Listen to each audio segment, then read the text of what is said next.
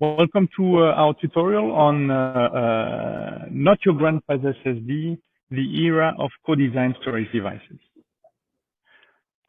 So SSDs are here and they're here to stay.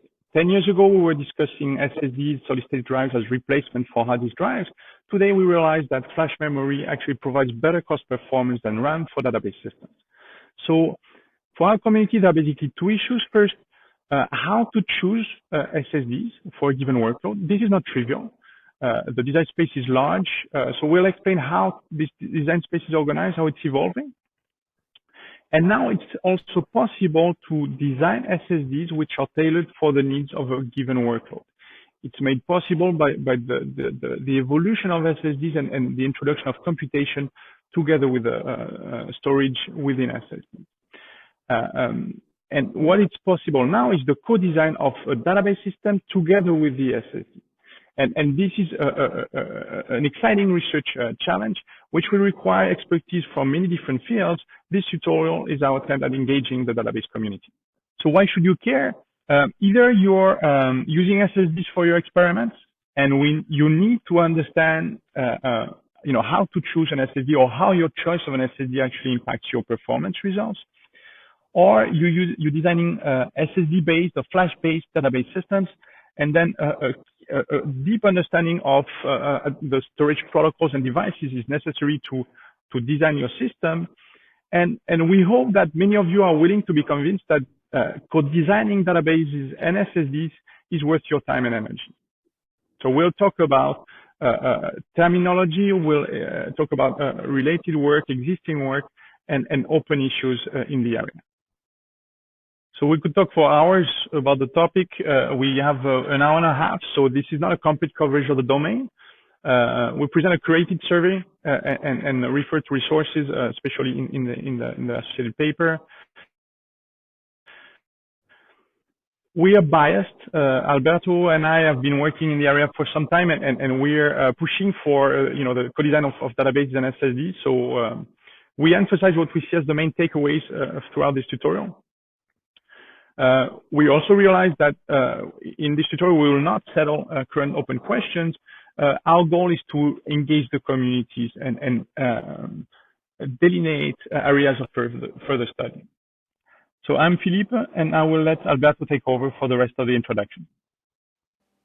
Hi, and I'm Alberto. Thank you for the opportunity of being here.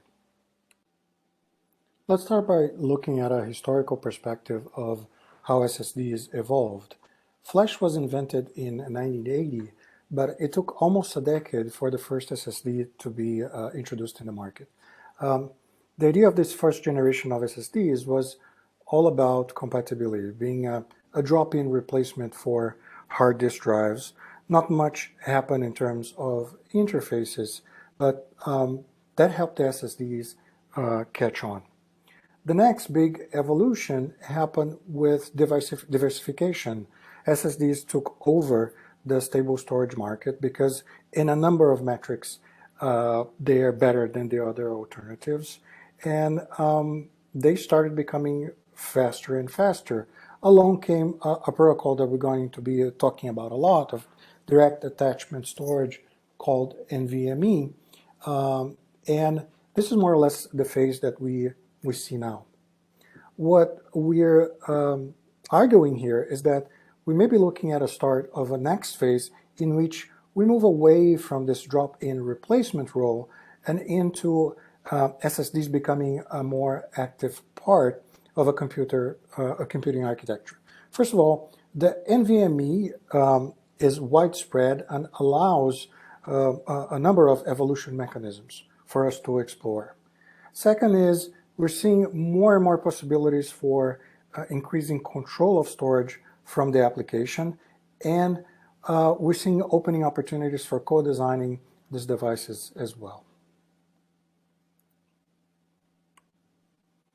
Throughout the tutorial, we're going to be talking about two big perspectives, the architectural perspective and the programmer's perspective.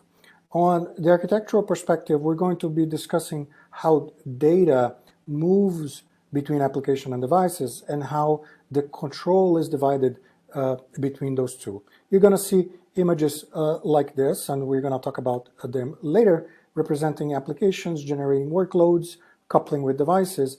And you're going to see figures like this that you're probably more used to that depicts layers of the system.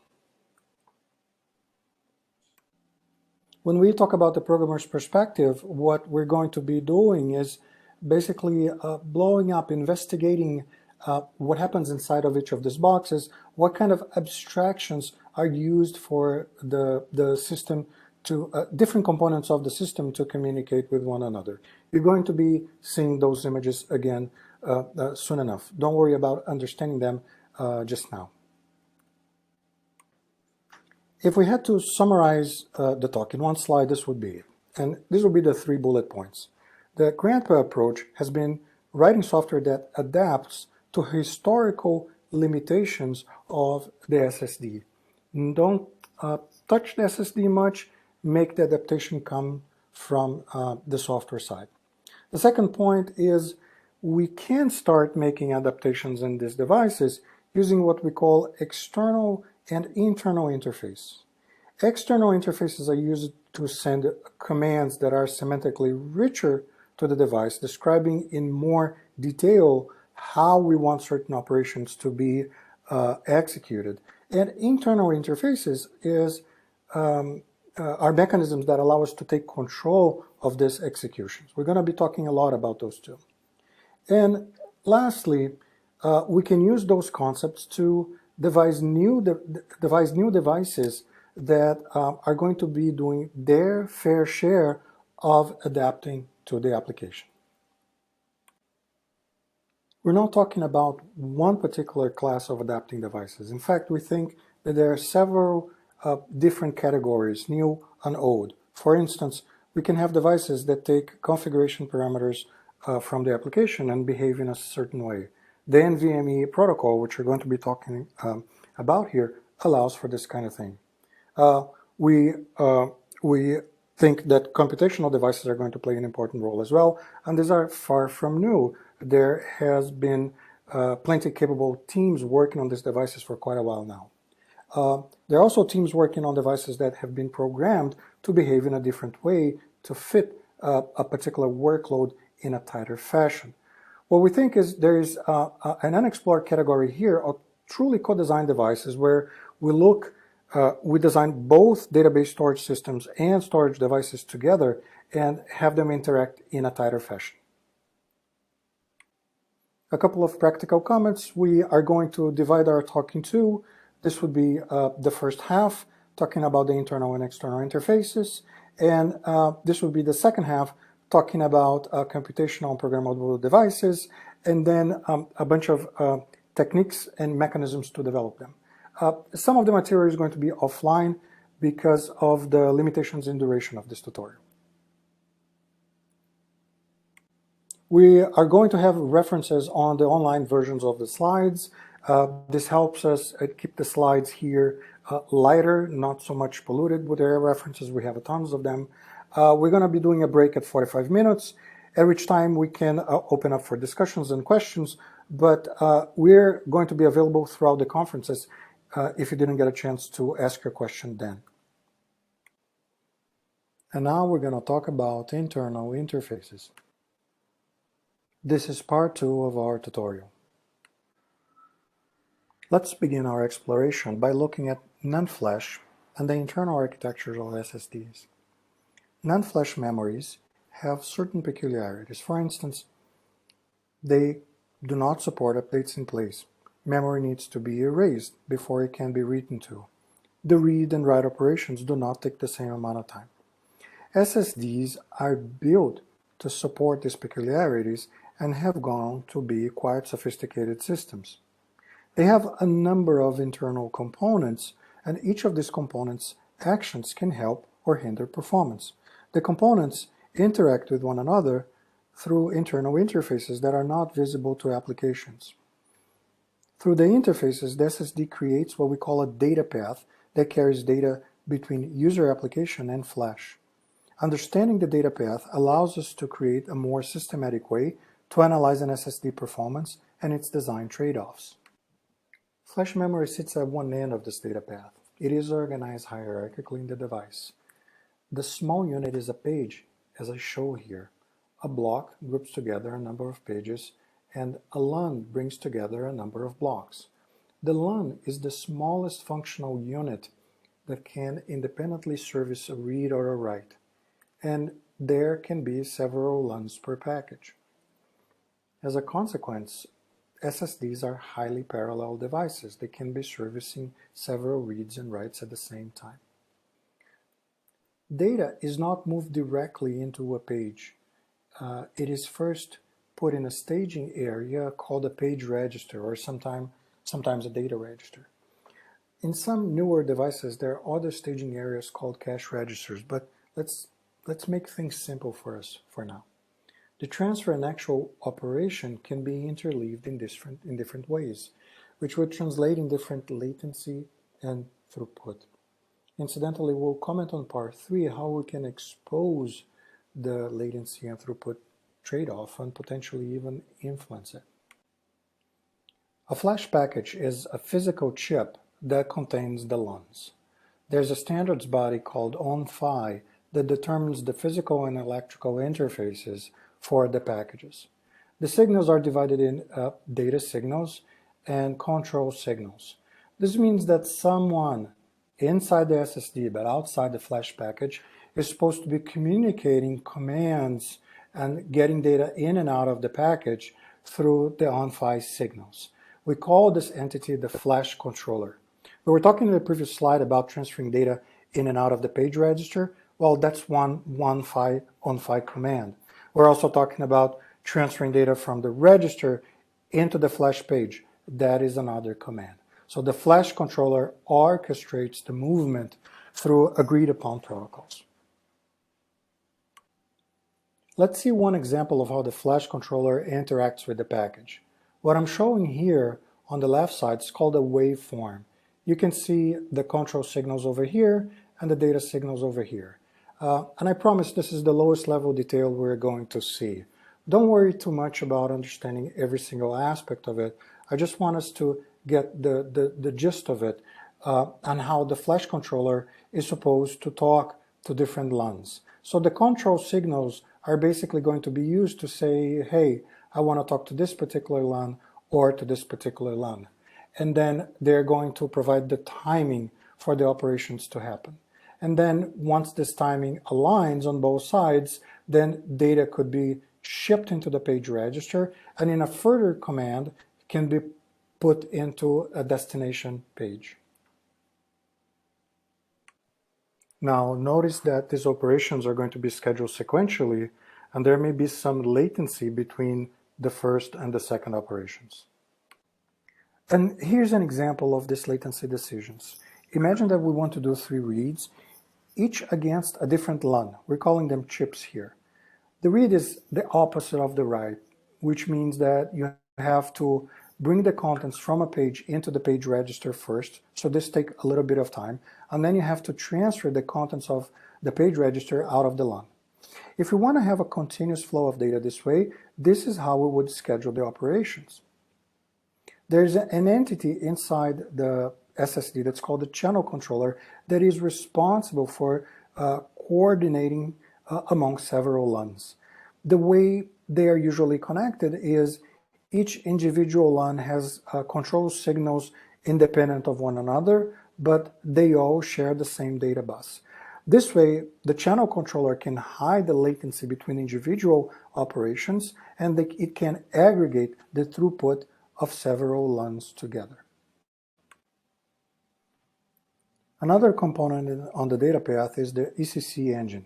Flash memory presents a high rate of error, and without an ECC engine, data cannot be consumed nor be stored. The flash packages have some mechanisms for lowering the error rates, but they're still not sufficient. And you need to pair the channel controller with an external ECC engine. Let's fast forward our task of building the data path, and let's add the 2 missing components. The host interface controller is responsible for implementing the NVMe protocol and to transfer data and commands in and out of the device. We'll talk about NVMe in more detail in part 3. Once the data is in the device, but before we can send it to the storage controller, which is a combination of the components that we've seen before, we have a component that's called the firmware. We call it this way because the firmware can be implemented in software, and it actually is in one of the devices that we're going to discuss later. The firmware is where the FTL is, but it also carries additional components. It can control the DMA that the host interface controller implements, and it can determine the low-level scheduling that the storage controller is going to utilize. In other words, the firmware can be the brains of the operation. Now that we've seen the components that form the data path, let's take a look at how an NVMe write command is handled. The host interface controller fetches the command from the host memory, and let's assume it's a write and its size is 1 page. It transferred the new contents into a data buffer in the firmware. The FTL picks a page for the contents by doing page mapping, and this determines which channel should perform the operation. But there could be several pending operations for that channel, so we use a low-level scheduler to determine in which order to issue them. When it comes the command's time, the flash controller transfers the data into the page register for the assigned LUN, and it finally issues a program operation against the designated page. We're glossing over a significant amount of details here in the interest of time, but the important aspect is this. There are several decisions taken along the way. They reflect the policies that the device implements. For instance, a caching policy for when we need to get rid of something in the buffer to make space for something else coming in, as well as a data placement policy, a channel utilization policy, a policy that balances the strength of the ECC and the longevity of the device, and these are only a few examples. In a generic device, this policy should be as generic as possible. If our utilization of the device is compatible with the policies, we get good performance. But the problem is that's not always the case.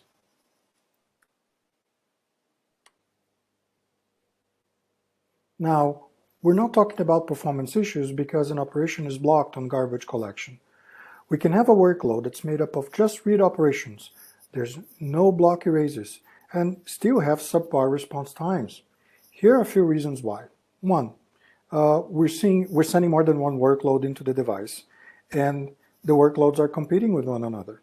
Second, the pages that we're reading were written in the device in such positions that create hot spots. They don't allow parallel read enough. And there could be a whole other number of limitations because we're using the device in specific ways that do not match the generic policies that are embedded in the device. Now the question is, if we understand our workloads well, and we're sending a few well-understood workloads towards the device, why can't we tune these policies to serve these workloads better? Let's pause a bit and talk about database workloads. What are they? It turns out that there are not too many. The databases have transaction log, checkpoints, workloads that are generated by the buffer manager activity, data loading, external sort, spills from other operators, online query scans, and a few other. We know these workloads. We know how to characterize these workloads because we control them. Take, for instance, the transaction log and the checkpoint. They're both sequential in nature. They both are predominantly write, but for recovery. The kill death, the number of outstanding operation, is different between them. Transaction log is not going to issue a new operation if the previous one hasn't finished. The checkpoint can be done in parallel and have many operations in flight. The size of the operations differ as well. Transaction log usually writes small pages. The checkpoint can be writing multiple pages at the same time. And there are other characteristics that could be interesting. But now that we define these characteristics about the workload, we can reason about them. For instance, the checkpoint can overwhelm by its sheer size a transaction log workload if a proper scheduling policy is not in place. And these policies are what we're going to turn our attention to now. The claim here is that there are certain areas of the SSD, internal areas of the SSD, that deserve interfaces so that we can swap or configure policies more easily. Let us go through them.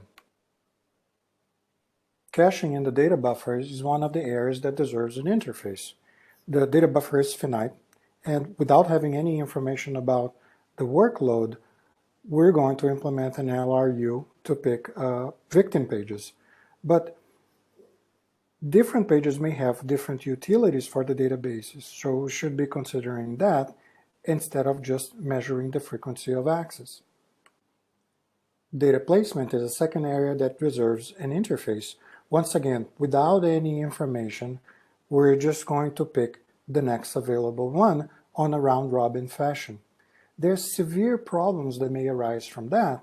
For instance, we may be mixing pages with different lifespans, which makes GC work much harder. We should instead consider how the pages that we're writing are going to be read and then decide on a position. A generic channel utilization policy would try to hide latency and maximize channel bandwidth. This may lead to lack of fairness if workloads of different sizes are mixed. We saw that a couple of slides ago between the transaction log and the checkpoint. But we're not arguing for fairness. In fact, we want a controlled unfairness because some workloads are more important than others.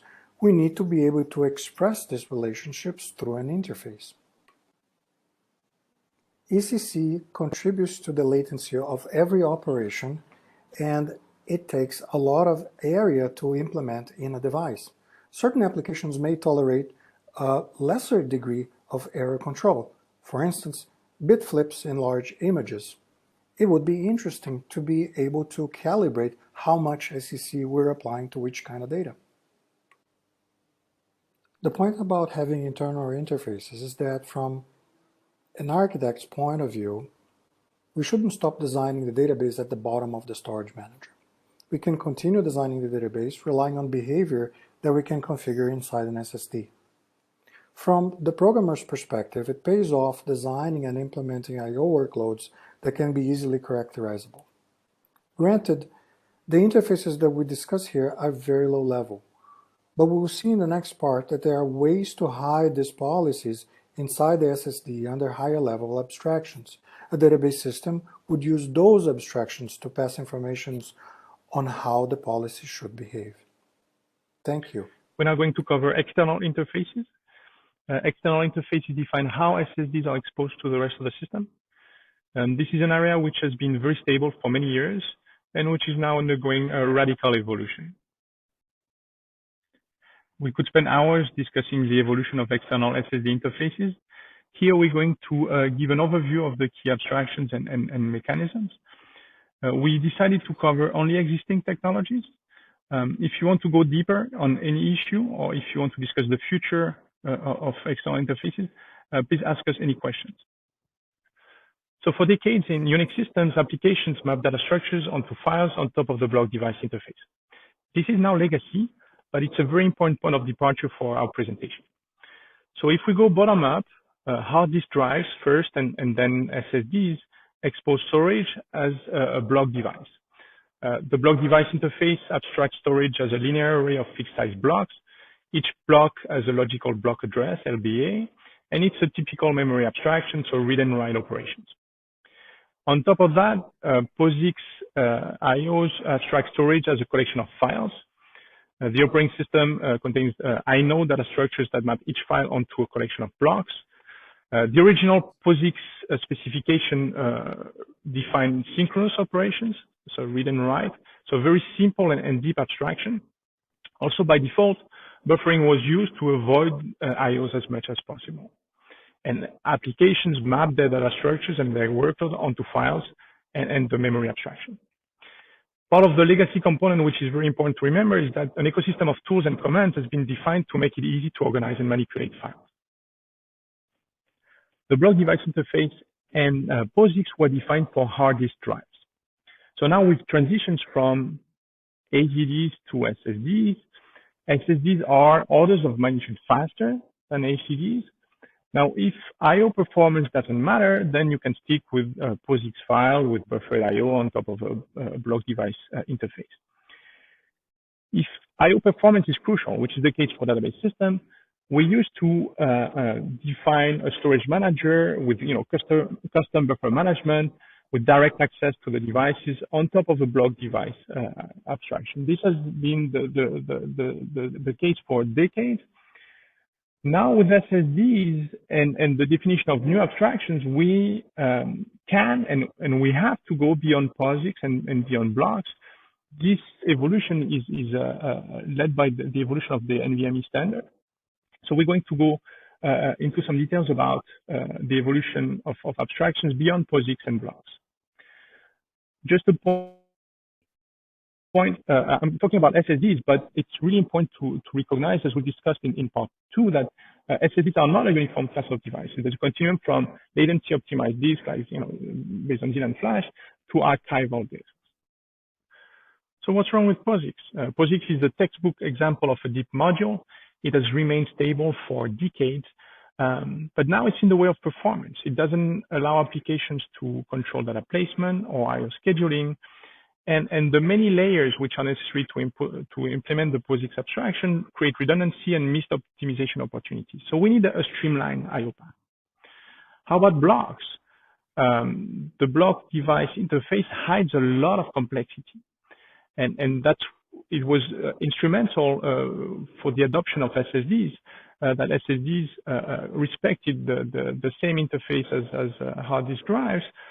Now that SSDs have been adopted, the block device interface is in the way of performance, mainly because it hides the intrinsic parallelism which exists inside SSDs, and also because it requires a complex firmware to handle the idiosyncrasies of flash, and this firmware is in the way of performance.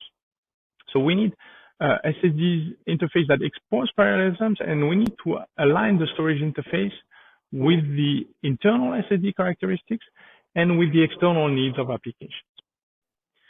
So while with POSIX and blocks, it was very comfortable, we had very high level of abstractions. Now we need to go for a streamlined I/O path that exploits SSD parallelism, and this requires a deep understanding across all layers. So let's start with the PCIe. So that's the interconnect. So again, we need to understand at least a bit about the characteristics of PCIe if we're a system designer or even an experimenter. So PCIe is a network protocol. So we have basically a transaction layer based on requests and responses on top of a data link layer, which is again on top of physical connections organized as a collection of lanes. Each lane is a pair of unidirectional serial point-to-point connections. That's really important. So PCIe is not a bus, it's a collection of point-to-point connections. The PCIe fabric is organized as a tree with a root complex and multiple endpoints connected directly or via a switch. So the root complex of the PCIe tree is either the host or a PCIe switch.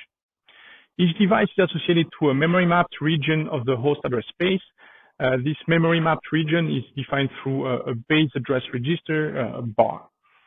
And the theoretical bandwidth of PCIe is comparable to RAM's theoretical bandwidth. It's doubling with every generation. So we are, in terms of standard, we're now at generation 6. In terms of products available, we are generation 4 to 5. So PCIe is important, but NVMe is absolutely crucial. So NVMe is the application level protocol on top of PCIe. It was first specified in 2011 by a consortium led by Intel. The latest version of the standard, NVMe 2.0, was released a few days ago. So NVMe is purely asynchronous, so it relies on pairs of submission and completion queues. So here on the diagram, we see a host communicating with a controller. We have administration commands and I/O commands, and for each, there are pairs of completion and submission queues. On a core, you can have a set of submission queues associated with a single completion queues. Queues are located in memory mapped address space, either on the host or on the device. So the host places a command on the submission queue and rings a doorbell, so a specific register, to tell the controller that a submission entry is available. So the controller fetches the command from the submission queue and executes the command. The execution of a command might result in a direct memory access, so DMA. So it's the controller, which is the DMA master, and decides to read or write the host memory. Once the controller is done executing a command, it puts a completion entry in the completion queue and generates an interrupt. The host processes the interrupt. Typically, the core that issued the submission entry also processes the interrupt and processes the completion entry. Once this is done, the host rings another doorbell, so another register, to tell the controller that the IO has completed. So this is the core, the basics of NVMe IO. So NVMe was defined for PCIe and was later extended to other types of fabrics. So with PCIe, that's the situation we've just seen, where submission and completion queues are in memory mapped address space, and DMAs are used to transfer data. On Fabric, the NVMe commands are represented in the message-based systems using so-called capsules, and data are transferred either using those capsules or messages on top of TCP and shared memory on top of RDMA. So in NVMe, using shared memory, the queues and data are usually placed on the host, that's the host memory buffer, but it's also possible to place them on a device using a controller memory buffer. So controller memory buffer is a CMB, it's part of a device memory, which is exposed through PCIe, and so it's available to the host, which can place either queues or data for optimization purposes. It's also available to other NVMe devices. And so through CMB, it's possible to consider peer-to-peer communications. There's also the notion of a persistent memory region made available through PCIe. So we've talked about the I/O mechanisms in NVMe based on submission completion queues. Let's now talk about the abstractions. And the abstractions are based on two key concepts, the notion of namespace and the notion of command set. So a namespace is a quantity of non-volatile memory, so storage, that may be accessed from the host or from another device. So each namespace has an ID, a size, a capacity, and to a namespace is associated a command set. And so in NVMe, there are basically administration command sets, Fabrics command sets, and most importantly for us, I/O command sets. And there are basically three I/O command sets defined in NVMe 2.0. NVM, which is basically the traditional block device abstractions, so read and write. Then ZNS, the zone namespace command set, and then the key value command set. So let's take a deeper look on those command sets. So the admin command set is about device identification and introspection, as well as queue management. The NVM I/O command set is the traditional block device abstraction, where the namespace is a collection of logical blocks, and we have read and write commands. What's new and a departure from the traditional block abstraction are the zone namespace, ZNS, and the key value command set. So in ZNS, the namespace is partitioned into zones, and each zone is a collection of logical block addresses. So that's an attempt at exposing SSD parallels. In addition, some constraints are defined that have to be respected. So logical blocks must be written sequentially within a zone, and zones must be reset before they're written. Usually, it's the host's responsibility to manage a write pointer within each zone to make sure that those constraints are satisfied. The standard also defines the append command, which lets the SSD actually manage the write pointers. So with the append command, the host can issue a set of append commands concurrently without synchronizing any write pointers. So ZNS is relatively new. It was introduced last year. It's now an integral part of the NVMe 2.0 standard. What's interesting is that we cannot buy ZNS drives. We cannot even experiment with samples. Vendors are tightly collaborating with hyperscalers to develop ZNS drives and that are well suited for the workloads of specific vendors. So we cannot experiment with ZNS right now. there's hope that if DNS is successful, then in the not so distant future we'll be able to have access to DNS drives, but that's not the case right now. Another point that needs to be made is that DNS is not meant as a replacement for NVM. So there's still room for the traditional block device interface. And the question is basically what kind of workload is well suited for DNS drives. So hopefully we'll be able to study this question at some point. The key value command set is associated with the namespace organized as a collection of key value pairs of variable sizes. The maximum key size is 16 bytes. And the commands associated with the key and values are store, retrieve, list exist, and delete. As far as we know, there's no support for key value in the Linux NVMe driver. There's a support in some user space NVMe drivers. So interestingly, there's a mechanism in NVMe to support cross-layer optimization. It's called directives. It makes it possible for the host to send information to the SSD in connection with a given operation. For now, the support is pretty limited. It's only the NVMe IO command set, and it's only support for writes and one directive, the so-called stream. Streams make it possible for the host to say that some writes belong together within a given stream. And an SSD that received such IOs can place data based on the stream they belong to. That's very advantageous for garbage collection or if data is often accessed together.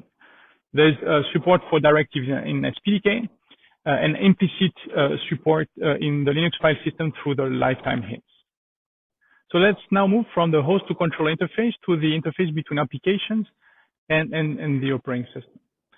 And so let's first start with the now legacy IO frameworks in Linux. So the original POSIX interface was based on synchronous commands available through the system library. Many of us still reason in terms of those synchronous interfaces actually. So read and write is beautiful, but it's dated. With asynchronous devices, it's been necessary to introduce asynchronous IOs in the mid-2000s. And there are basically two flavors in Linux, AIO and libaio. I don't want to spend too much time on it. AIO is basically a user space simulation of asynchronous IOs that rely on synchronous worker threads. And libaio is an actual asynchronous interface, but which has many limitations. So asynchronous IOs were always a bit of a mess in Linux, and to fix that, Jens Saxbo introduced IOUring in 2019. So IOUring is now mature. It's based on pairs of submission completion queues that are shared between user space and kernel space. And system calls are available for setting up those queues, registering memory that is referenced in the submission queues, and initiating and completing a number of asynchronous IOs. So by default, and what's key here is that IOUring requires a single system call for multiple IO submissions and completion. It's also possible to set up a queue pair with a given flag so that IOUring starts a kernel thread that polls the shared submission queue for entries. And that's basically trading increased CPU utilization for lower IO latency. So IOUring is pretty complex, and that complexity is exposed to applications. To hide some of those complexity, libaio-ring has been defined. So it defines a range of helper functions for setting up the queues, manipulating the buffers, and generating the submission queue entries with that context. IOUring is again maturing fast, and so it can be used with any file system, with buffered or unbuffered IOs. It recently added support for submitting IO CTLs. So IOUring is now the modern IO framework in Linux. So now as a programmer, you have a range of different choices in terms of IO framework. So you can bypass the buffer cache. That's what database people have done for many years using IO Direct. It's possible to bypass the file system, still using the block layer. So opening a device file directly as basically a raw device. And the block layer provides different mechanisms to deal with completion. In particular, continuous polling, which makes it possible to dedicate a kernel thread to polling the completion queues So it's another way of trading increased CPU utilization for lower I/O latency. It's also possible to bypass the block layer using ioctls to communicate between an application and the NVMe driver using synchronous commands. So that's one of the limitations of using ioctls. And finally, it's possible to fully bypass the kernel using user space NVMe driver. The most prominent framework is SPDK, which maps PCIe bars directly into the application process. And that makes zero copy possible. So SPDK trades increased performance for, and gives up the protection from the operating system. Also, SPDK exposes basically some of the limitations of the underlying SSD directly to the application. There's no operating system to mediate. SPDK defines a new C API, so NVMe.h for block devices, and NVMe ZNS.h for ZNS drives. So SPDK incorporates the ZNS command set from NVMe. And it's the application's responsibility to enforce the single thread, that the single thread submits I/O and that this thread polls for completion. So in summary, if we compare the two modern I/O frameworks, SPDK and IOU-Ring, SPDK favors performance.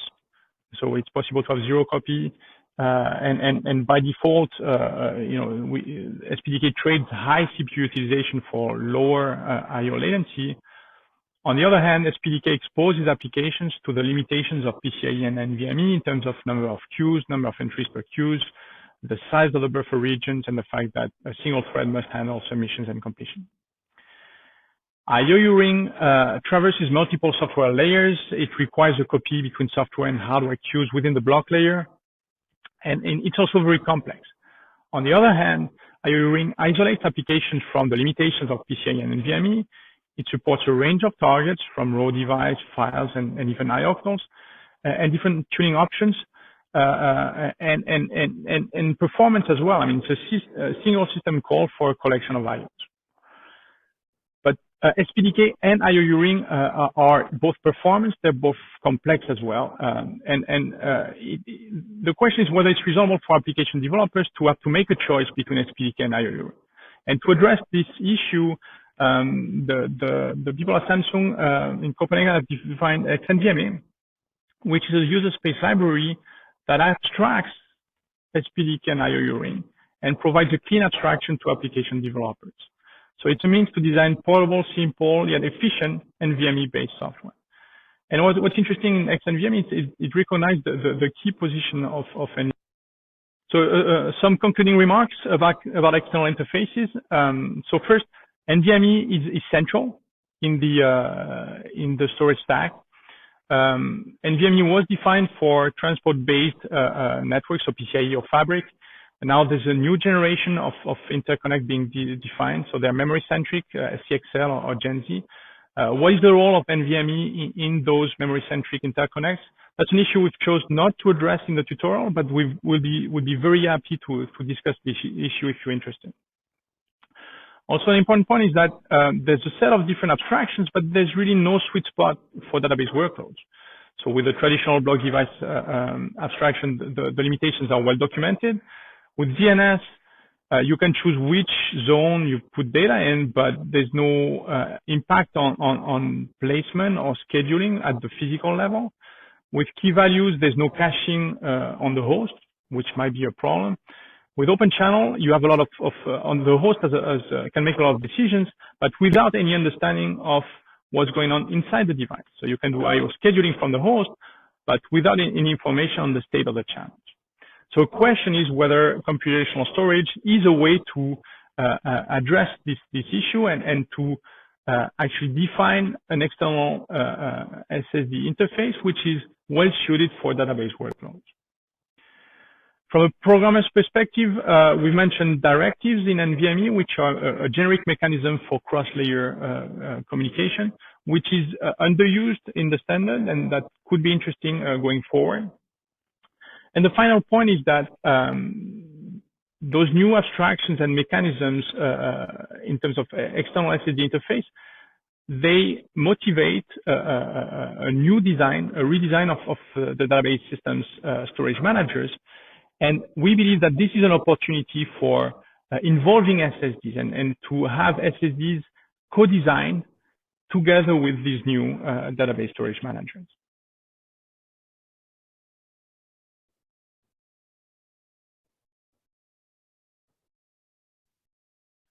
So I guess this concludes the first part of the presentation. And Philippe and I wanted to give the attendees a chance to ask questions, further clarifications, comments, anything on your mind. You can also take a break, I guess. So, you know, that was the second part is coming. Pinar, a question? Can you talk?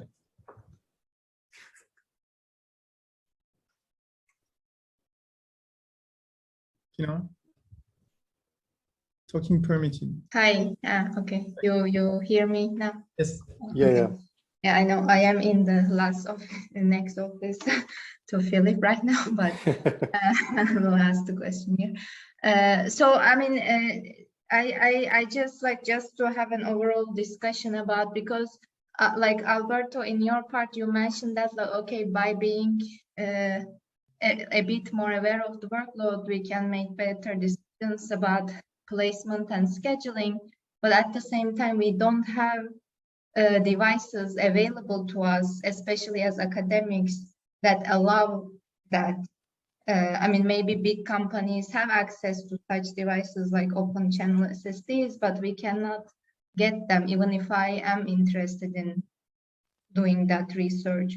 So what would you say about that? Like, can we somehow convince the vendors to give us like more of these devices so we can do some research with them? This is an excellent question, and I actually grapple with that question myself for a while, and it's so frustrating, right? Because the more you understand how the device works in a generic way, and given that we have the knowledge of the few workloads that we were sending to the device, there's a number of things that we can make to optimize. So what I want to tell you is, we have devices available. So we're going to talk in part 7, like later in the second half of the presentation, that you have an array of ways of experimenting that goes from complete software simulation, and you can have simulation on the flash level, on the SSD level, or on the system level, to actual hardware. So I personally work with one class of academic devices, and there's a bunch of papers that we cite here that use the same device. So if you want to use an actual SSD with open source, the firmware is C code is open, the hardware is Verilog code is open as well. If you want to get your hands dirty there, it's possible as well. And there's still a third category of device that we're trying to put together, which seems that with this third category of devices kind of abstracts away a little bit of flash. The complexity of working with these devices is the vendors don't tell you about internal details of flash that you need to actually build those devices. But there are ways of having an entire device and just a small part that emulates flash.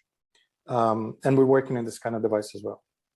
So in summary, like hang in for a few more minutes. We're going to talk about a bunch of those, and you can pick, you know, how hardware or software you want to experiment with, and they're available. We're doing research on it as we speak.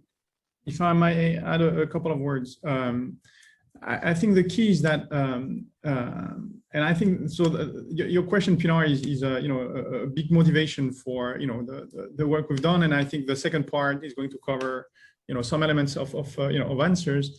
The realization is that we will not be able to do it alone. None of our groups alone is going to achieve anything. I think you know, the midterm goal. I mean, you know, Victor just joined. The midterm goal is to be able to provide abstractions and devices so that, you know, database people who design storage engines and database systems can co-design their own SSDs. But that's a midterm, long-term goal. but if we want to go there, we have to, somehow get together and find ways to progress together.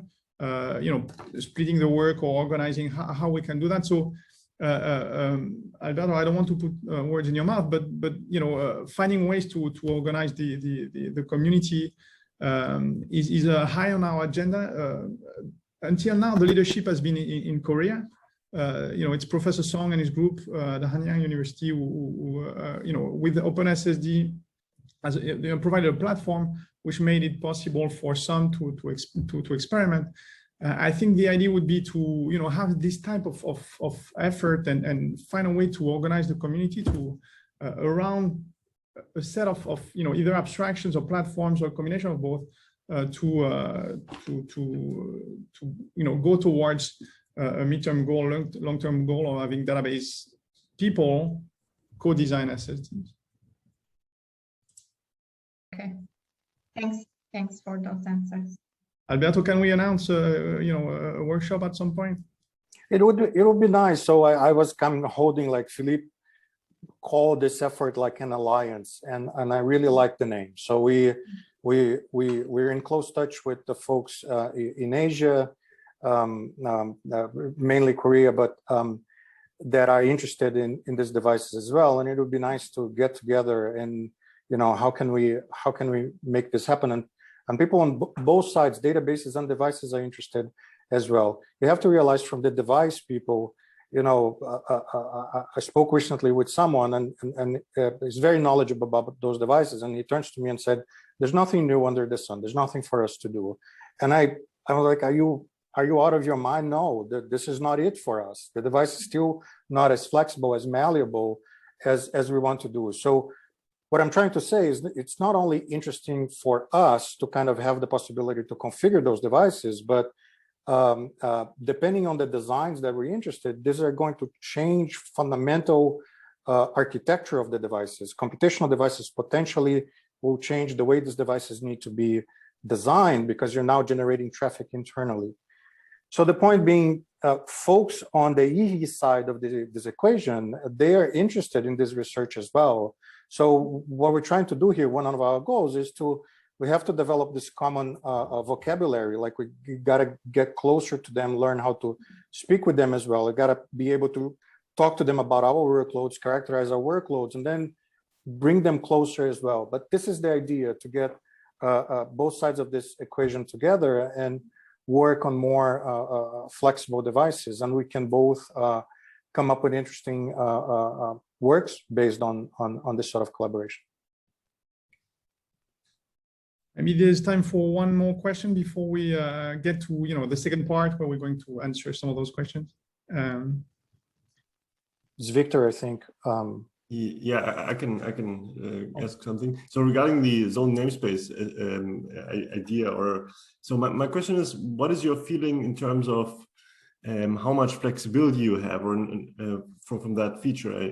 Or another way of asking that question is, what can you do with that new interface, and what can you not do through that? So what is your feeling there? As I try to say, the problem is that we cannot do anything with it right now. So we can experiment with QEMU, but it doesn't give us much. So a lot is going to depend of whether a ZNS drive is is designed for performance or for archival, just for equivalence with SMR drives. Different vendors are in different camps. I think they're trying to find out basically how much of the parallelism can be exposed, how to manage concurrency on the right pointers, either on the host or on the devices. How much RAM, the kind of internal policies that Alberto was talking about, how the trade-offs are being made, what kind of assumptions they're making on the upper layers. Right now we know nothing, and I mean we can talk with some people, but it doesn't give us a chance to just the zone size. Zone size is not defined in the standard. And it's not, my understanding is that it's not, so you're not something that you're going to be able to define as a programmer. It's something which is going to be fixed by, the firmware and the way it's implemented. this is going to have huge impact on the kind of placement and the kind of usage you can have. So my hopes are not high on DNS, but before we can actually experiment with it, we don't know much. Alberto, you want to say something else? Well, we discussed this extensively. I think Open Channel is still much more flexible than ZNS, and we have informal implementations of Open Channel on the Open SSD that can be made available if people are still interested with working with that. I think it's a much more exposing the geometry of the device is a much better way to go than ZNS. ZNS is too high level, and it doesn't give us all the levers that we may need. Even Open Channel doesn't give us all the levers, but it helps a lot. It gives us a lot of control of how to send things to the device. And again, so ZNS is just it's a standard. It's a way for the vendors to to sell flash. From a database perspective, I think the co-design ideas that we're going to talk about now are what we should focus on. Hao-Weng, I think you can play the video now. Thanks. Thank you, guys. In a while. We've talked about SSDs from the point of view of storage with the internal and external interfaces. Now we're going to focus on the interplay between storage and computation. In this part, we introduce terminology and a nomenclature that makes it possible for us to reason about existing work and open issues. So when concluding the part on external interfaces, we asked whether computational storage would be a way to define external interfaces which are appropriate for database workload. So here we're asking the question, so what's the case for defining external interfaces which are well suited for database workloads? There's a functionality argument and a performance argument. So in terms of functionality, the idea is to reduce the complexity of the host software, so the database storage manager. One example is joint work between IT University of Copenhagen and Microsoft Research, where we define an SSD interface well suited for the Llama storage manager. And that new SSD interface was transactional, and so a batch interface for a group of objects written together. And with the transactional interface, we avoid the log-on-log problem. With the batch object writes, we avoid the application level mapping and the round trip. So in effect, we moved the management of the log structured data structure from the host to the SSD. And in terms of addressing, in terms of naming, so from the in the host-based log structuring with the traditional SSD, we have to map in the storage manager, so in the Llama storage manager, the logical page IDs to SSD addresses, so logical block address.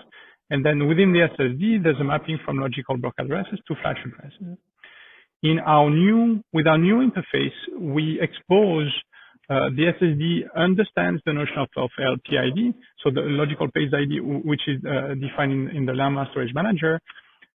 So no mapping is needed within Llama, and it's the SSD itself that maps the logical page ID into flash addresses, so physical placement in a transactional manner. So that's the functionality argument. In terms of performance, we want to streamline the I/O path. So we want to avoid duplication. We want to optimize across the layers. That's one of the things we did with the Ox patch. We want to reduce the CPU load, so it's a cost argument. We want to reduce data movement, so it's an energy consumption argument. And we want to be able to leverage the throughput which is available inside the SSD as much as possible, and that's the throughput argument. So providing new SSD interfaces adapted to database workloads requires a transition from the traditional memory abstraction, so read-write interface of SSD, to a communication abstraction, basically send and receive. And this transition requires computation on the SSD side to process the messages sent by the host, some form of communication protocol, and some form of integration between the computational part, which processes the messages, and the actual storage part within the SSD. We identified two key dimensions to reason about the interaction of computation and SSDs within storage. So first, either an SSD is accessed as a black box using only the external interfaces, or the SSD is a white box where computation has access to internal interfaces. On the other hand, storage can expose one of the standard external interfaces, or the computational element can be used to expose a new external interface. So we've identified 4 quadrants. So we have standard SSDs where so computation is predefined within the SSD. So the SSD is exposed as a black box with a standard external interface. Eventually, possibly the host sends directives to the SSD, but nothing more. Then we have programmable SSDs where computation has access to internal interfaces. As Alberto explained in part 2, those computations can be used to define new policies in the context of a standard external interface. We also have computational SSDs where a computational element is introduced on top of an SSD exposed as a black box, so only using the external interfaces. In the SNIA terminology, this is called a computational storage processor, and this can be used to expose a new interface to the host, possibly an interface that makes it possible to offload code from the host to the computational storage processor. And finally, we have what we call a co-design SSD, where a new interface is exposed, but on top of the internal interfaces of the SSD. So possibly new policies are defined to support the new interfaces. This nomenclature allows us to classify related work and open issues. So there are decades of research on SSD internals, which are related to the notion of programmable SSD. There's a lot of research that has been going on for many years also in our community on near data processing, which is relevant for computational SSDs. But there are also new issues related to the programming, so how to program those computational storage devices and how to deploy solutions based on computational storage devices at scale in the cloud or on HPC systems. And then there's this new domain of co-design SSDs where the opportunity is to define SSDs which are tailored for the needs of database workloads. So this is a one-slide survey of computational storage. Obviously, there are longer surveys that review the state of the art and identify open issues. We cite them in the paper. Here, the point I want to make is twofold. First, most of the prototypes that have been defined in the literature are tailored for the need of a specific class of system on a given hardware platform. And so there's been a lot of work, including in the database community, for near data processing on FPGA-based system, ARM-based system, x86-based computational devices. Those research prototypes focus on a database system or data flow processing engine, possibly a machine learning platform, a given similarity search algorithm, or a scientific computation application. There are now deployments using one, a given type of hardware for a given functionality on public cloud. So, the example from Alibaba or Amazon, and HPC clusters in particular at Los Alamos National Lab. What's been less researched is the development of software frameworks that could be used to program computational storage. We said a couple of examples. Willow, where SSD apps are defined and offloaded and called via RPC. So in Willow, those SSD apps cannot be composed. In this case, there's notion of a pipeline of tasks. Those tasks are programmed in C++, compiled on the host, and then shipped to the computational storage device. So there's notion of offload in this case. But there's still a lot of work to be done on the definition of software frameworks for programming computational storage devices. What's new as well is that there's a very significant involvement of the storage industry in the area of computational storage. So there are standardization efforts underway to integrate computational storage into the existing storage ecosystem. SNIA has developed an architecture. The document was published in August last year, where they identify fixed and programmable computational services. So the fixed services are pipeline, database filters, data compression, data deduplication. So it's a mix of traditional storage services and database services. And more interestingly, this notion of programmable service. And the idea is that you can program a computational storage device by offloading an OS image, a container, possibly a bitstream for FPGA, or BPF code. And I'll say a few more words about the role of BPF in a few slides. Most importantly, a task force has been defined to integrate computational storage into NVMe. So from what we know, this task force will define a new command set for computational storage. It's likely that this command set will be based on a load and load execute abstraction, with eBPF again having a big role. And the idea is that this command set for computational storage will be for the execution of programs on the computational storage device, and data will be transferred with existing command sets on top of existing namespaces. So here's the SNE architecture, where they identify traditional storage components, so a storage controller on top of storage. These are the orange components. And in green, we have the computational storage processors. And we can recognize the nomenclature with defined with computational SSDs, which are composed of basically two devices, a computational storage processor on top of a traditional SSD, then programmable SSDs that integrate computational elements within an SSD that exposes a traditional interface, and then a co-designed SSD where the computational storage processor can be used to define a new interface which is exposed to the host, on top of storage, basically with access to internal interfaces. So I mentioned the role of BPF in the context of programmable computational storage services. So BPF is originally the Berkeley packet filtering. So it's used in the Linux kernel originally for networking, increasingly for performance monitoring and also security. So BPF can be seen as a vendor-neutral instruction set architecture. So it's assembly-like bytecode. Again, there's a virtual machine supporting BPF execution within the Linux kernel. There are BPF backends for CLang and GCC, so it's possible to write C code, and those compilers are going to generate BPF bytecode. So what's the role of BPF in the context of computational storage? If we take a step back, we've said that NVMe is extensible, but if we're going to extend NVMe every time we define a new interface,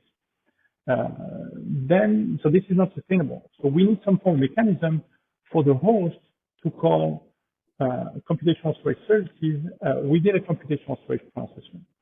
And the idea is that BPF could be that mechanism. BPF could be a way to represent calls to computational storage services and possibly additional code for the orchestration of those calls. So, and BPF is a good match for the load, unload, execute abstraction that we discussed in the context of the NVMe computational storage task force. Here is my take on how computational storage could be included in the context of NVMe. So it's nothing official. It's just my view on this. So very much work in progress. So we have SSDs that expose a traditional NVMe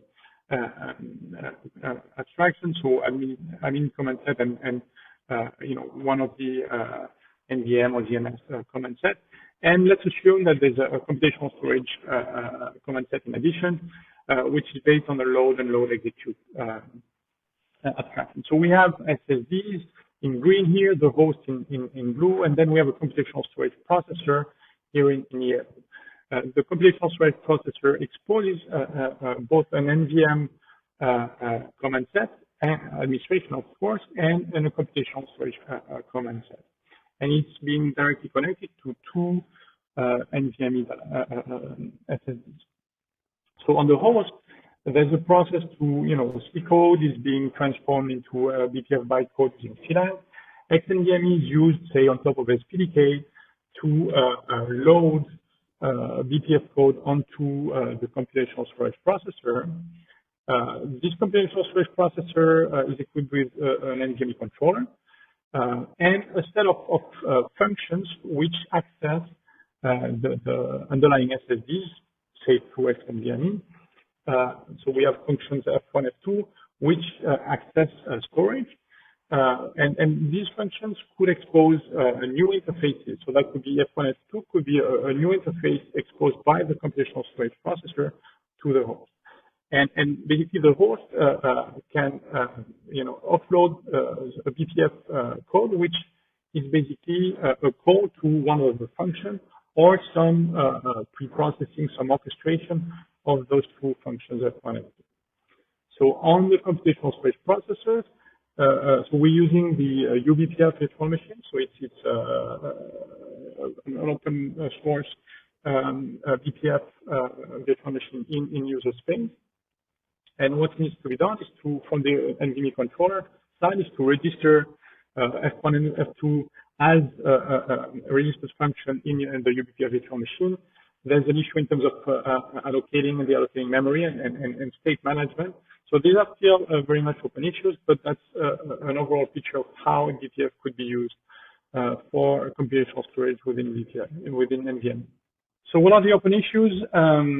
So there's been a lot of work on near data processing, but not so much in terms of integration of what we now call a computational storage processor and an external SSD. So how to support NVMe access from the computational storage processor, how to deal with data movement across multiple devices. So CMDs, as we've mentioned, could be used for peer-to-peer data transfers. On the computational storage processor, the idea is the questions are how to handle naming, so how to orchestrate multiple programs, how to isolate across multiple tenants, how to use hardware acceleration, and then there's security. So what is the attack surface, how to protect it, what kind of verifier is needed for BPF on a computational storage processor. And then there's the overall system design, what should be offloaded from the host in the context of a given workload, what services to call, how to actually program the computational storage processor, how to place data in processing, and how to deploy software and computational storage processors. So a range of issues related to programming and computational storage processors and deploying programs at scale. For co-design SSDs, we have a half a slide survey, a single system called Insider. It's co-designed together with a file system. So as a programmer, you can program some tasks which are pipelined within the drive. It's an FPGA-based controller, which is used as a computational storage processor. So the tasks which are programmed can be pipelined, and they're represented as operations on files. So there's a custom I/O stack within the FPGA controller on top of Flash, and Insider manage the protection, the isolation, the scheduling of the offloaded programs. So it's an interesting point in the design space and an interesting reference for co-design SSDs. With co-design SSDs, what we have is a research agenda. And the main question is how can database system experts program a co-design SSD that is tailored for their workload? This is a long-term goal. This is something that Alberto and I feel very strongly about. This raises many different questions about the abstractions for the definition of new storage interface, for the definition of new policies that are what's suited for the new interfaces. Our goal with this tutorial is to organize the terminology, organize the related work, and try and motivate as many as possible to join this research agenda.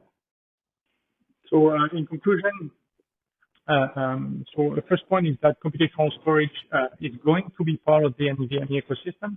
So this is going to be a reality that, as programmers, we will have to relate to. And there are many issues that need to be tackled about the deployment and the programming of computational storage processors at scale for a range of different data-intensive systems and applications. There are issues in terms of who programs the CSPs, how, what are the target workloads and use cases, how to integrate computational storage processors with the overall system design. And then there's this research agenda around co-design SSDs, One of the appropriate abstractions to allow database systems experts to program co-design SSDs. And what we see in part 7 is that today it's possible to explore this question experimentally. So we'll talk about the tools that are available to do that. We talked a few slides ago about standard, computational, programmable, co-designed SSDs. We want to use this part to organize these notions and blow open the design space for those devices. In this part, we focus on this design space and give hints on how to navigate it. The goal of the design space is identifying different ways of pairing applications on devices. What do we mean by pairing? We characterized applications before by the workload they generate. And we know that different devices would behave differently under a given workload.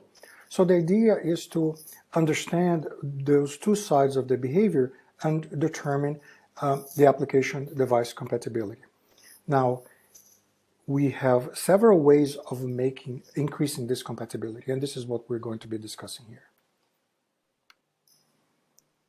What we want to run away from is what we've been calling the grandpa pairing approach, in which it is the application's job to adapt to the device.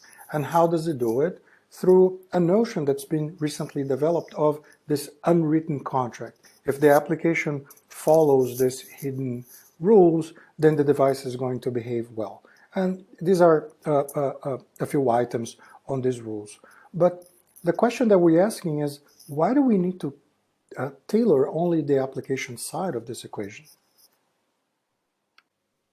One way to start tweaking on the device side as well is to realize that device comes in all different shapes, sizes, and flavors, and that we can make a choice of which design to use when we're addressing a given workload. There are several important axes to consider when we want to pair a device with the workload. There's one in particular that's important that we're going to discuss here is the type of cell. Arguably, this is what's going to give you the biggest difference in certain workloads. Very briefly, devices are built with cells, flash cells that can store 1, 2, 3, or 4 bits per cell, and device could even be stacked. I'm going to give you an example here of a device that actually uses single-level cells and multi-level cells, 1 or 2 bits. And here are the differences in terms of times if you're performing a write and a read in one mode or the other. Just to give you an idea, a write in SLC mode can take a little less than 500 microseconds, but a particular write on MSB mode can take more than 4 times that amount. Modern devices can implement several optimizations about mixing those cells, right? Some devices can actually use SLC cells to cache writes. So you should check what your device is doing before making this selection. Changing the device, choosing a device specifically for a workload is possible, but it is a little bit radical. So we want to add a little bit of flexibility to this pairing. So now we talk about one step further in terms of adaptability, which are devices that could be configured. We discussed that NVMe has, for instance, queue priorities and have directives. And those configuration knobs can change a little bit the behavior of the device and make it fit slightly better to an application. So this is a step further in our design space. If we move even further, there are actually actual programmable devices that could have entire subsystem tweaked or changed in terms of caching, scheduling, placement, ECC, or etc.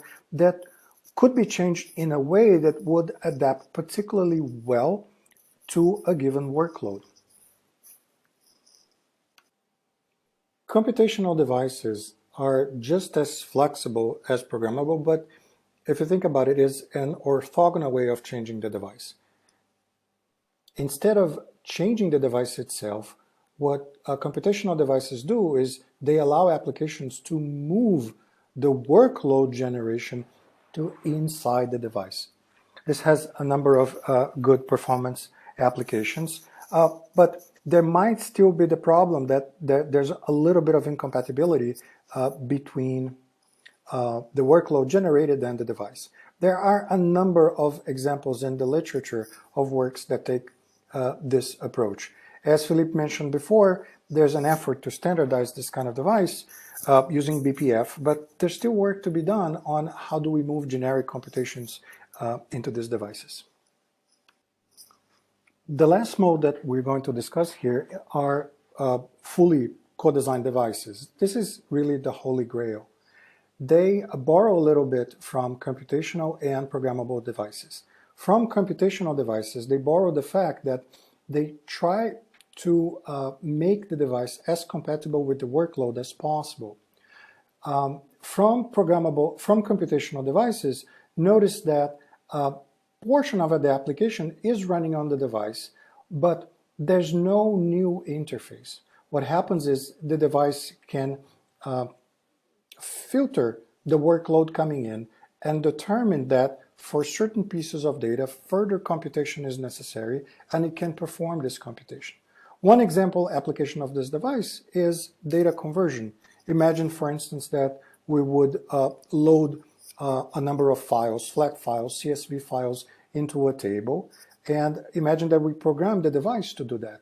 We write the CSV files in the device, but what the device is actually writing are the data in the table format of a given database system. If we put all the techniques together, then we're going to get something like this map.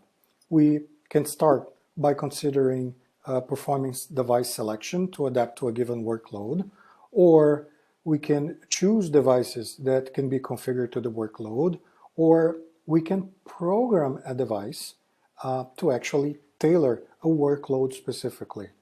On the other axis is we can play with the computation. We can ship part of the computation to be executed on the device. And like Philippe mentioned before, this is an area that needs a little bit more study. Now we can combine those two directions, make the device programmable, and shift computation to devices and get to co-designed devices. One of the most interesting part about the notions, abstractions, and concepts that we've been discussing is that currently it is possible to experiment and evaluate them through a number of different techniques. In this part, we go over simulation, prototyping, and development techniques, and mention the tools that are currently available to deploy them. The first method we will talk about is software simulation. The idea here is to have software that implement a cycle-accurate version of what the hardware does. The hardware in question could be anything from a flash memory to an entire SSD device or to an entire system. There are several powerful simulators available that could be modified depending on how you want to modify your hardware. Of course, depending on the level of simulation that you're using, the input workload will be different. For a full system, for instance, you're going to input some sort of SQL benchmark, and all the way down to a trace of on-file operations if you're simulating a flash memory in isolation. MQSim is an example of a simulator at the device level. It is available on GitHub, and it can be used as a standalone device or as a device in a system-wide simulator. As you can see here, it models a number of internal details of an actual SSD. It gives us access to 3 out of 4 of our internal interfaces: caching, data placement, and channel scheduling. It doesn't work with the SEC, but we could include if we wanted to. It is a full-fledged NVMe device, and it allows us to play with directives and command sets. As with any of the tools that we'll discuss here, there are pros and cons about using software simulation. The pros: first, it is software, so it is very easy to learn, and the sky is pretty much the limit of what could be modeled. But pay attention, we want to model something that's realistic, so it is interesting when we have access to the data sheet of the hardware that we model. The cons are, well, it can't capture, any simulation is not going to capture aspects that are not modeled. Specifically in SSDs, It is hard to capture non-determinism in general. For instance, flash errors, flash aging, etc. Software simulation also suffers from slow execution. So you can think of a simulator as a machine that runs at a few megahertz. You won't be able to simulate very, very long workloads. The next category of tools are hardware-based prototyping platforms. We're going to talk about one specific here. It's called the Open SSD. This is a picture of the Cosmos Plus, which is the third generation of such devices. It is an actual hardware platform built around an SoC. There's an FPGA, an ARM cores in this SoC. It has sockets for flash memory, and it allows an external PCIe connection. The two interesting things about this device: first of all, it is a full-fledged NVMe device compatible with your system drivers. Second, a lot of the functionality of the SSD is implemented in the firmware as C coding, which makes it more accessible. There is a fourth informal generation of these SSDs with a more powerful FPGA and a better PCIe connection that's backed by a company in Korea that is commercially available. The biggest advantage of working with hardware-based prototyping is that you get to experiment with the real flash behavior, the real and idiosyncratic behavior.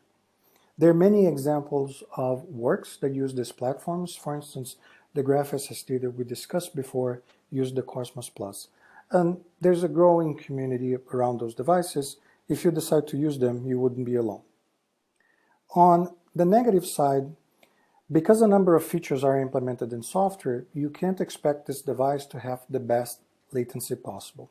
In terms of throughput, it's a pretty decent device though. There's only one option for flash now, but I know that there's a second option being worked as we speak. And the closer you get to changing features in the flash aspect, the lower parts of the device, the harder it gets. And this is what motivates our next platform, hardware-assisted development. The idea here is still to use hardware in a full-fledged NVMe device, but we want to emulate flash. We don't want to emulate it in software, so we would get a daughter card that contains an FPGA with some memory that can behave as flash memory. And we can attach this hardware-assisted emulator to any FPGA board that has a PCIe interface, and it could be extended through FMC connectors. There are available NVMe controllers in academia with open source that we can use, and I know one effort that's ongoing about developing a flash emulator for this sort of device. And here's an example of how such a platform could be built. A carrier card, for instance, could be one of the network cards offered by a company called High-Tech Global. High-Tech Global is a pretty known company in the space of hardware prototyping. We can attach an FMC extension to this card that would actually allows us to put M.2 SSDs here.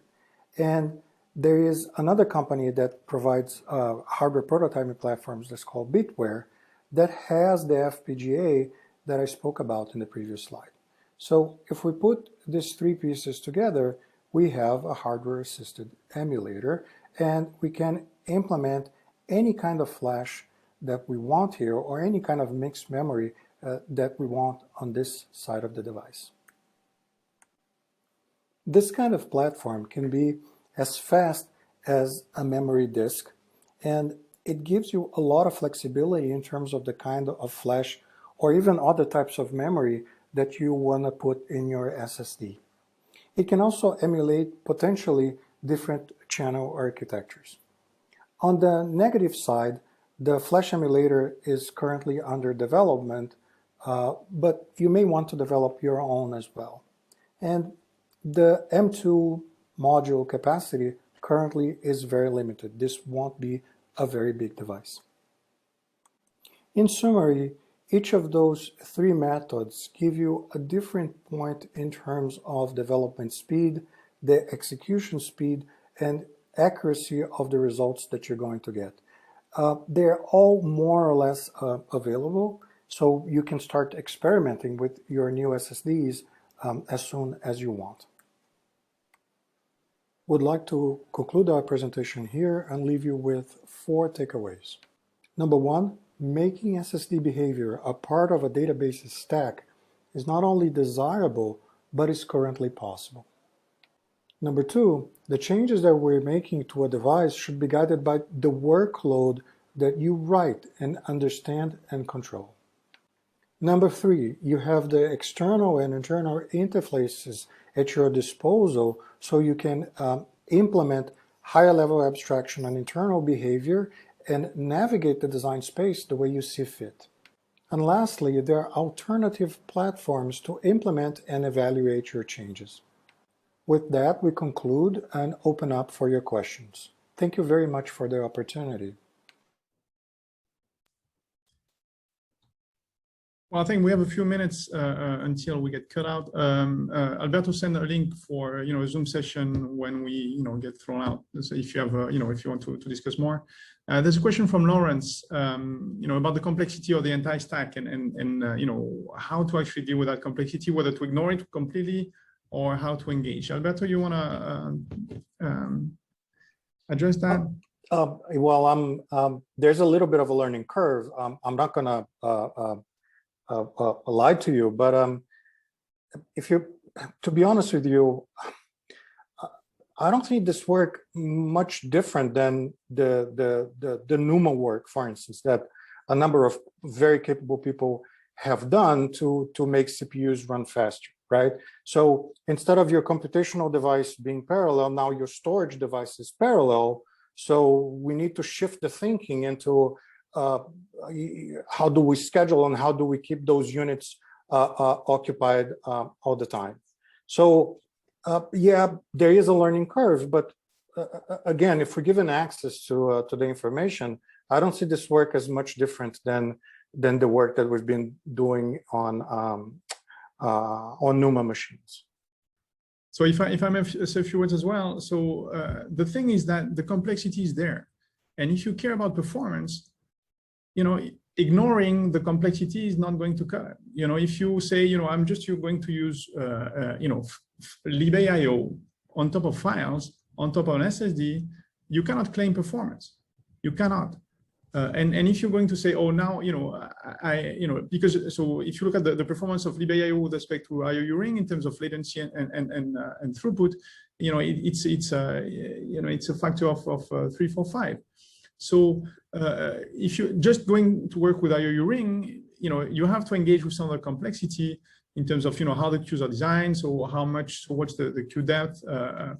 So we live in a world where SSDs are so fast, then the software has to be streamlined, and you have to engage with that if you care about IOs, if you care about performance. So that's the first thing.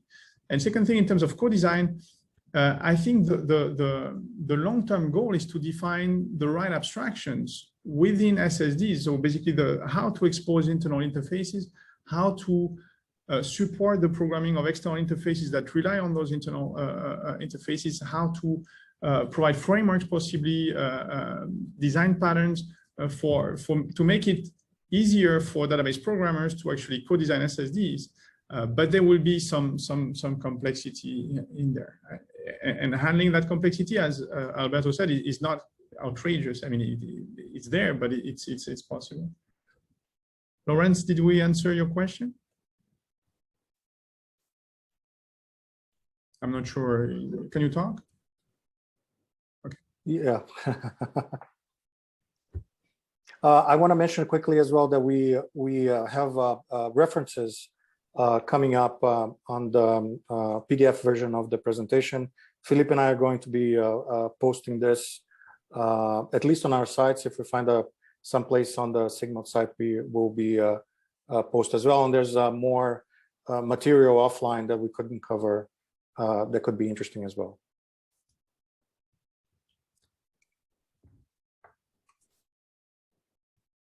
More questions, comments, thoughts? Tina? Yeah, I just want to comment from the previous point. maybe for some people also when approaching this, a difference from processors or how to better utilize processors is that processors, for the most part, it's uniform to people, meaning that like commodity hardware is very dominated by Intel. So if you make some optimizations, people know for the most part it will run okay.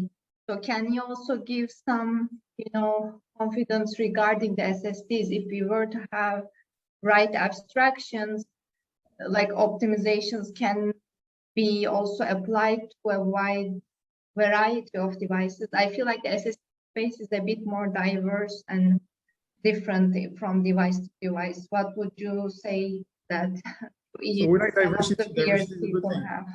On that. We're very happy about diversity. That's a good thing. So if you look at in terms of commercial aspect and who's dominating, I mean, it's pretty clear. There are only a few players. But the thing is that even from a vendor, there's nothing intrinsic about the performance of any SSD. Yeah, so it would change, from model to model, from given a model with a version of the firmware. So that creates a complexity which is not there in the Intel world. So that diversity is there. And the lower we go, so it's there already at the, just looking at, traditional SSD with the block device interface, they are very different. One is very different from the other. That's all the flavors that Alberto talked about. When we're going to go down and with co-design SSDs, we're going to be closer to flash. And the closer we get to flash, the more diverse it gets. And so Alberto, maybe you want to say a few words about, yeah. So I want to say, I want to agree with you, but I'll remind you that, yeah, the multi-core is sort of uniform, but you do have some axes where there moves, where, number of threads and things like that. So I want to shift my analogy to GPUs, and there's other people this past few years, they are working on variations, right? So it is not inconceivable that we can find high-level abstractions that need to be translated differently depending on the device that you're using. And again, borrowing from what the GPU folks are doing, you just work on your variations and you shield the application from how you're implementing certain policies. And of course, two devices, if they're very, very different, one may implement a same policy better than the other, but still, there is the complexity to be dealt with. But I'm seconding Philippe as well. Like, complexity is kind of interesting because then we can borrow whatever we want in the situation that we are. And historically, if I may, historically, the SSD people are very conservative, and they've been fighting, flash, and flash is different from, one batch to the other, and they have to get ECC right. So 10 years ago, the SSD people were telling us nothing is going to happen because ECC is the only error correction is the only thing that matters. So things have changed a bit. And what we are describing in terms of co-design SSD is taking things even further. And again, I think our community has a big role to play in driving this evolution. Yeah, I mean, thank you very much in general for the tutorial. Thanks, Pina. Thank you. So we might be kicked off. I think we're over time. Alberto, you send the link? Yeah, let me put the link again here. So thank you everybody for attending. I think we are going to leave this session and join the Zoom session for a few, I don't know, half an hour, whatever. If people want to join, we'll be there. Thank you. Thank you very much.